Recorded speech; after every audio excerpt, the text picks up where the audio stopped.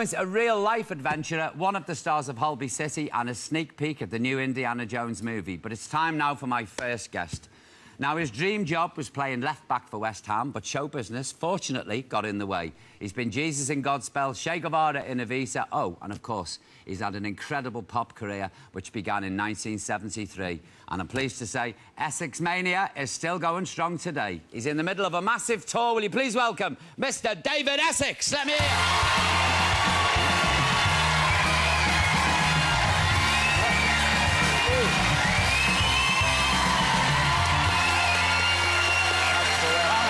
All of that to see you, mate. Yes. Lovely to see you. This. Yeah. The Golden Buster. It's a bit gloomy, isn't it, David? Yeah. That's what's causing all the fuss. Is it? Hold of it for me. Keep Well, an eye on it. it's a wonderful thing. Yeah. Isn't it? It's worth a fortune, you know, and there's a curse on it. Is there? Yeah. The O'Grady curse. You wouldn't want it. You really wouldn't Oh. want it. Oh, not again. Oh! What? Oh! Whoa! Excuse me, madam.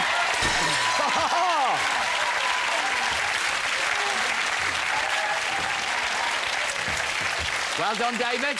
Well done, Paul. Hot it there, kid. Hot it Put that there. there for safekeeping. Oh, David, isn't it fun coming to work, eh? Fantastic. Sorry about the furniture. No, don't worry about it. It's all on catalogue anyway. We haven't paid. We just sent it back. How are you, mate? You okay? Yes, I'm very well. It's really good to see you. It's lovely to see you. Are you on tour? Yeah, it's a long tour. It's 48 dates. We're about halfway through.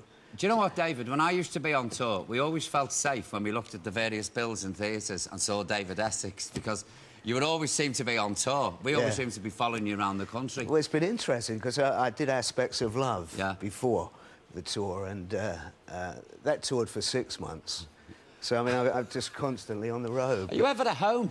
No, I don't know where it is. And when you do go home, you find it hard to do things like pay electricity bills. Yeah, not just the mundane things of life. That's the problem. When you go back, real life hits you.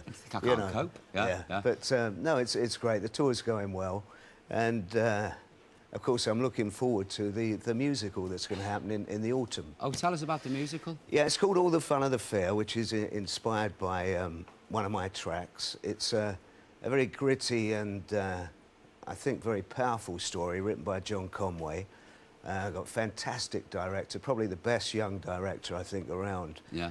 Nikolai Foster, and it's a story about forbidden love, relationships between fathers, sons, fathers and daughters, and it all takes place in this very gritty world of funfair. Which is gritty, isn't it? Yeah. Let's face it. It's a hard very life, insular, you know. It's a world that we don't really get to look into. Yeah. So that starts in September. Very excited about that. So I'll be on the road again. That tours for another 6 months. You must be an expert on hotels. I am. I mean, I even know when they're decorated. I know the same room. I go in, I think, oh, they've done this one up. It's very nice. But I quite like it. And in a way, it's lovely because you see a lot of Britain that you wouldn't see. That's you know, right. you go on your holidays abroad generally or whatever. Yeah. But, you know, like last night I was in Scarborough. Yeah. And it's fabulous, Scarborough. Yeah. And you see all these different places, so I kind of enjoy it.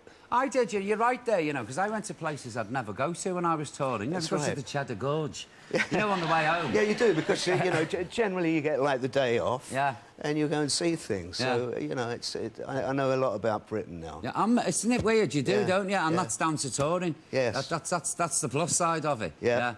Hotel life, though, David. Do you have one of those little cooking stoves? No. Oh, you've got to get one.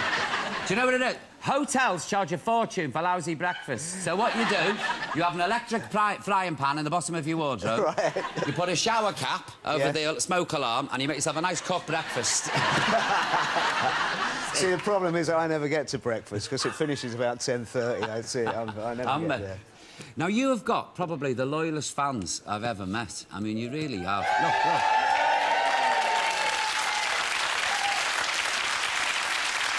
Yeah, that's lovely, and I tell you what, I don't take that for granted. Yeah.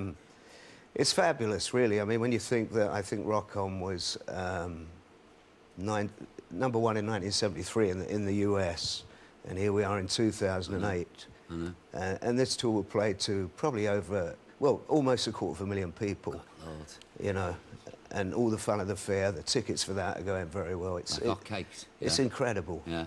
Yeah. I believe one of your fans made a leap at you from the royal box. Well, that was the Queen, was it? No, it wasn't. No. Hold my handbag, Philip, while I leap. No, I think you're referring to the first tour. Yeah. Because I didn't know what to expect. I'd been in blues bands from the age of 14, Yeah. and then went into rap, and then there was Godspell, and then I started to, you know, write songs in earnest and record them, and Rock On came out. We did the first tour, and I mean, it was like Beatlemania. It was I'd never heard such screaming and hysteria in all my life. I was shocked, and it was one of the first gigs, and I was standing on stage. And I just saw this kind of dark shadow coming down from above and landed at my feet. And it was a girl who dived out of the roll box. I didn't quite know what to do, so I'm there, I'm singing. Bosh, she's gone like that, so I've gone the other way. And it just made out it wasn't happening while the security sort of dragged her off. But, there's a lemming on the way. Yeah. But thankfully, she was fine. And, yeah. But we've had some incredible adventures. And the reaction's still as strong, you know, in many ways, although it's better. Because I feel you enter more into a journey with the audience, whereas it was, you know, just enough that you were there. It's kind of better now. Did you get your first big break in a musical? It was a Godspell. Well, it was strange, really, because, because the only reason I worked in theatre was because of my manager, Derek Bowman, who sadly died, who was like my mentor, and he was a theatre critic and an academic, and I was an East End boy. I'd never really been to the theatre. Yeah. So with him, I'd go and see second nights, first nights, which he would review.